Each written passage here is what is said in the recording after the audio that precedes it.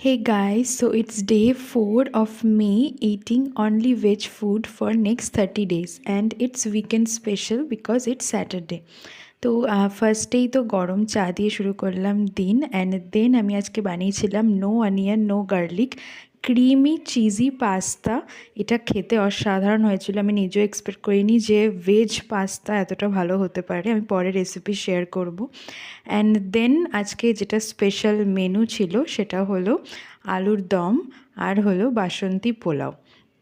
তো আমি জানি বাসন্তী পোলাও মেনলি চিকেন মাটন এগুলো দিয়ে অনেকে প্রেফার করে, কিন্তু আলুর দম দিয়েও কিন্তু বেশ ভাল লাগে। আর যখন এরকম মিষ্টি মিষ্টি আলুর দম হয় আর তার সাথে যদি থাকে একটু বেগুনি, তাহলে তো কোনো কথাই হবে না।